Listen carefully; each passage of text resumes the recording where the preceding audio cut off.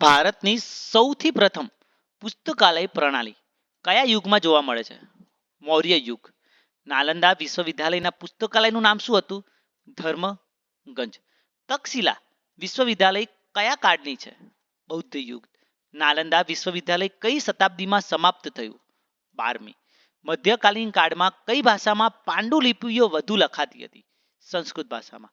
ભારતમાં પાંડુલિપિઓ લખવા માટે શું વપરાતું હતું? તાડપત્ર અને ભોજપત્ર.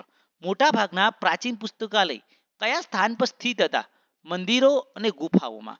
મુગલ શાસનમાં સૌથી મોટા પુસ્તકાલય કોણે સ્થાપ્યા હતા? અકબર. અકબરના સમયમાં કોણ મુખ્ય લાઇબ્રેરી અધિકારી હતા? અબ્દુલ કાદિર બદાયુની. મુગલ કાળમાં લાઇબ્રેરીઓ કેટલી નકલ લેખક ફરજ બજાવતા? 4 થી 5. ભારતમાં અંગ્રેજોએ લાઇબ્રેરી સ્થાપવાનું શરૂઆત ક્યારે કરી હતી? 17મી શતાબ્દીમાં. પ્રથમ જાહેર પુસ્તકાલય ભારતમાં ક્યાં સ્થપાયું હતું? ચેન્નઈમાં.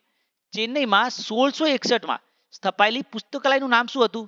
મેડ્રાસ લિટરરી સોસાયટી. ભારતની પહેલી વિધિવત લાઇબ્રેરી કાયદો કયું રાજ્ય બનાવ્યો હતો? બંગાળ. બંગાળ લાઇબ્રેરી કાયદો ક્યારે બનાવવામાં આવ્યો હતો? 1948માં. કલકત્તા પબ્લિક લાઇબ્રેરી ક્યારે શરૂ થઈ? 1827. કલકત્તાની પબ્લિક લાઇબ્રેરી હવે કયા નામથી ઓળખાય છે? National library of India. કોને ભારતનો લાઇબ્રેરી વિજ્ઞાનના પિતા કહે છે? ડોક્ટર એસ.આર. રંગનાથન. રંગનાથન સાહેબે કઈ યોજના રજૂ કરી હતી? 5 લોઝ ઓફ લાઇબ્રેરી સાયન્સ.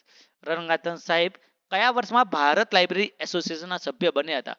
1928માં. ભારતને સ્વતંત્રતા પછી લાઇબ્રેરી વિકાસ માટે સૌથી પહેલું પગલું શું હતું? Advisory committee on libraries. Advisory committee on libraries ક્યારે રચાઈ? 1948માં. રાજા રામમોહન રાય લાઇબ્રેરી ફાઉન્ડેશન ક્યારે રચાયું? 1972માં. રાજા રામમોહન રાય લાઇબ્રેરી ફાઉન્ડેશનનું મુખ્ય કાર્ય શું છે? પબ્લિક લાઇબ્રેરી ફંડિંગ અને ડેવલપમેન્ટ. યુનિવર્સિટી ગ્રાન્ટ કમિશન ક્યારે સ્થપાયું? 1953માં. રંગનાથન કમિટી રિપોર્ટ કઈ બાબતથી સંબંધિત હતો? Library legislation. ભારતનું પહેલું લાઇબ્રેરી બિલ કયા રાજ્યમાં પસાર થયું હતું? બંગાળ રાજ્યમાં. ઇમ્પ્લિમેન્ટની સ્થાપના ક્યારે થઈ? 1988માં. ડેલનેટનું ફૂલ ફોર્મ શું છે? Delhi library network. નાસ્ડોક કઈ સંસ્થાના અંતર્ગત કાર્ય કરે છે? ICSSR. 5 laws of library science કઈ ભાષામાં લખાયા? અંગ્રેજી. Every book its a reader કઈ લાઇબ્રેરી કાનૂનની પંક્તિ છે? ત્રીજી. યુનિવર્સલ ડેસિમલ ક્લાસિફિકેશનનો ઉદ્ભવ ક્યાં થયો? ફ્રાન્સમાં. DDC કોણે રજૂ કર્યું હતું? મેલવિલ ડ્યુ. લાઇબ્રેરી લેજિસ્લેશન પ્રેજ ઇન્ટ્રોડ્યુસ કોને કર્યા હતા? ડોક્ટર એસ.આર. રંગનાથને. ગ્રંથસૂત્ર સોફ્ટવેર મોટાભાગે ક્યાં વપરાય છે? પબ્લિક લાઇબ્રેરીમાં. ISBN નું સંપૂર્ણ નામ શું છે? International standard book number. ILA નું ફૂલ ફોર્મ શું છે? Indian library association. ડેલનટ મુખ્યત્વે શું કરે છે? રિસોર્સ શેરિંગ નેટવર્કની સુવિધા આપે છે. એનલિસ્ટને કોણ સંચાલિત કરે છે? ઇમ્પ્લિમેન્ટ. NDL નું સંપૂર્ણ નામ શું છે? National digital library. NDL કઈ સંસ્થા દ્વારા સંચાલિત છે? IIT ખડગપુર. NDL શું આપે છે? યુનિફાઈડ ઈ રિસોર્સિસ.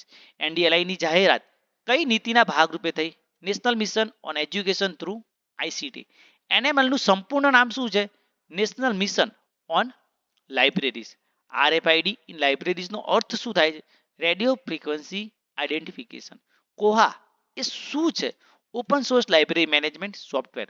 ઓપેકનો અર્થ શું થાય? Online public access catalogue. ભારતમાં અમલમાં આવેલી પ્રથમ પુસ્તકાલય કાયદો કયો છે? વેસ્ટ બંગાળ.